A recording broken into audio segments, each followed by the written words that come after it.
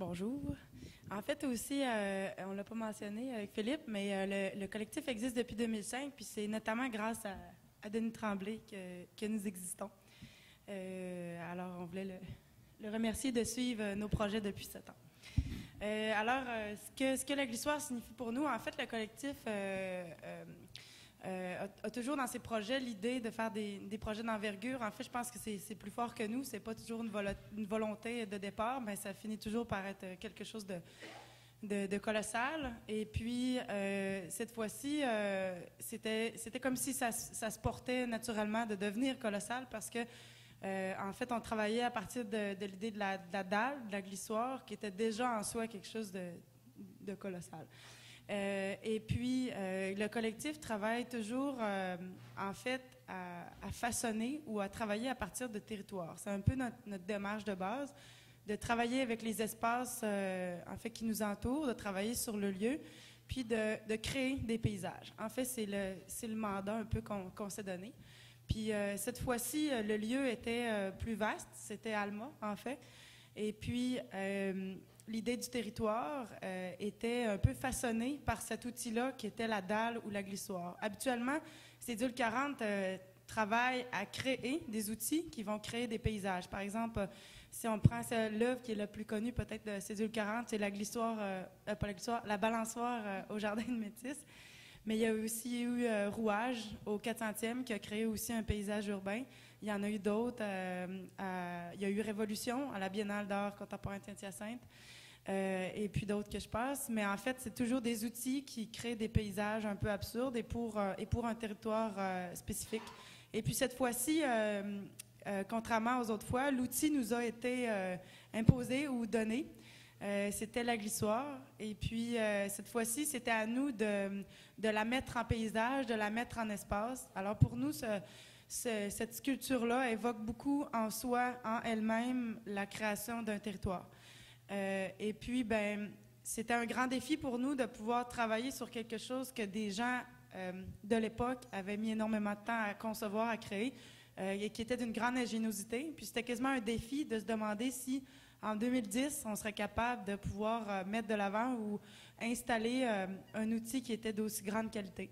Alors, évidemment, nous, ça tient avec des vis. Ça tient, eux, il n'y avait rien, il n'y avait pas de clous, mais bon, nous, pour les besoins, en fait, étant donné la forme de la sculpture présente, il a fallu aussi un peu modifier la façon de la concevoir et de la construire. Mais en général, c'était beaucoup un défi. Je te laisserai peut-être continuer, si tu veux ajouter. Je pourrais ajouter peut-être que... j'aime pas les micros, je pourrais ajouter que on est très contents, on est très fiers de faire cette œuvre ici à Alma.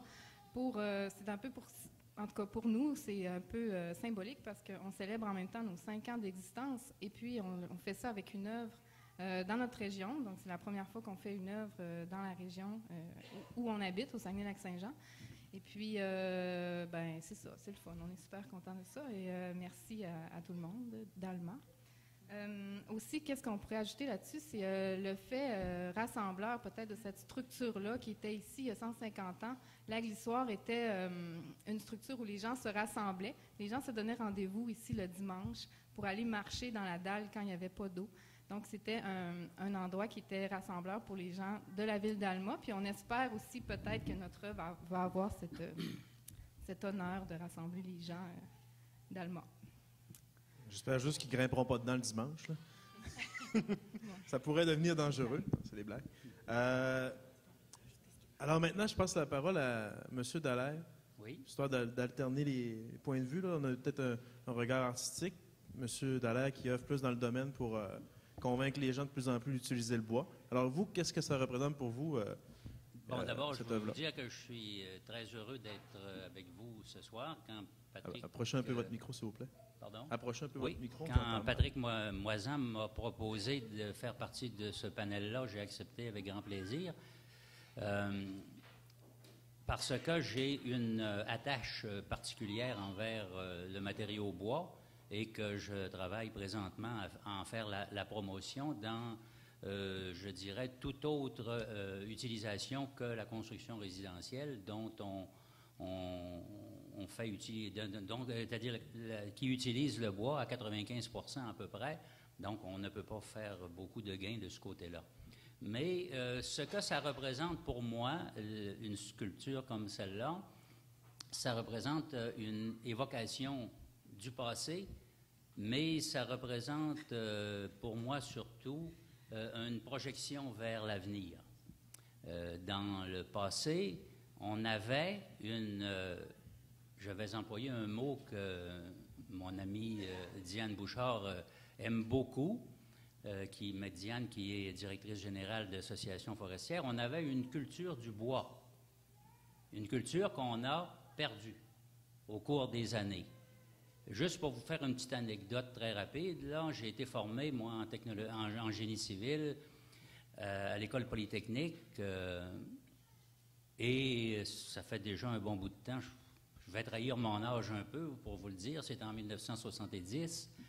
Et quand j'ai fait mon cours de génie civil, on nous montrait à calculer les structures en acier, on nous montrait à calculer les structures en béton armé, mais quand arrivait le moment du bois, ben on nous disait c'est des matériaux du passé, on a déjà fait des belles œuvres là-dedans, mais on est passé à autre chose maintenant.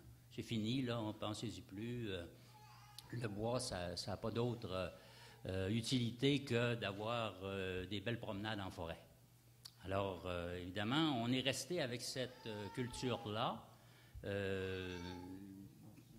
et on s'est rendu compte qu'on faisait fausse route considérablement quand on voit que, par exemple, l'utilisation du matériau bois, c'est un moyen très écologique de construire. Alors, construire une œuvre d'art ou construire un bâtiment, ça représente pour moi la même démarche.